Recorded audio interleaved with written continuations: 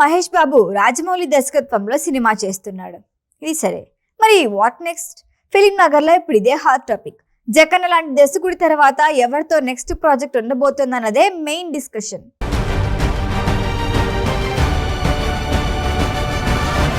SSMB 29 లాంటి భారీ project తర్వాత మహేష్ బాబు ఏ దర్శకుడితో సినిమా చేయనున్నాడు అనేది ఇప్పుడు హాట్ టాపిక్. SSMB 29తో ఇండియా నెక్స్ట్ లెవెల్లోకి తీసుకువెళ్లే ప్రయత్నాల్లో ఉన్నారు మహేష్ బాబు, రాజమౌళి. 1000 కోట్ల వ్యయంతో రూపొందిన ఈ ప్రాజెక్టుపై అంచనాలు ఏ రేంజ్లో ఉన్నాయో ప్రత్యేకంగా చెప్పుకోవాల్సిన అవసరమే లేదు. పాన్ వరల్డ్ స్థాయిలో తెరకెక్కుతున్న ఈ అడ్వెంచరస్ థ్రిల్లర్ మహేష్ బాబు కెరియర్లో కీలక మలుపు అవుతుందని ఇండస్ట్రీ వర్గాల అంచనా.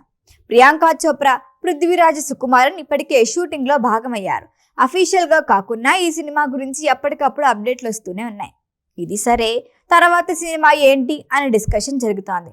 ఎందుకంటే స్టార్ హీరోలంతా కనీసం 3-4 క్రేజీ లైనప్ చేసుకున్నారు.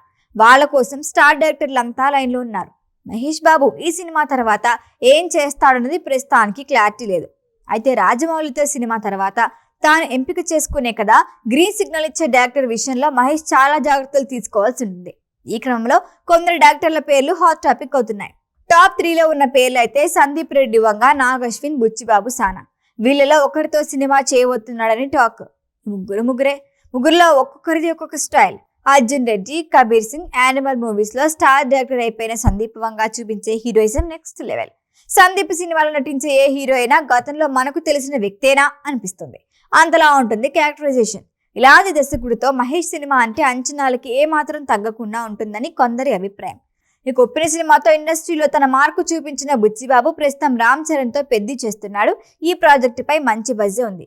క్లాస్ మాస్ అనే తేడా లేకుండా ఆడియన్స్ ని మెప్పించడంతో బుచ్చిబాబు దిట్ట. మహేష్ ని మన మధ్య ఒకటిలా చూపించగల సత్తా ఉన్నాడు బుచ్చిబాబు. ఇక నాగ్ అశ్విన్ స్టైల్ పూర్తిగా విన్నాం.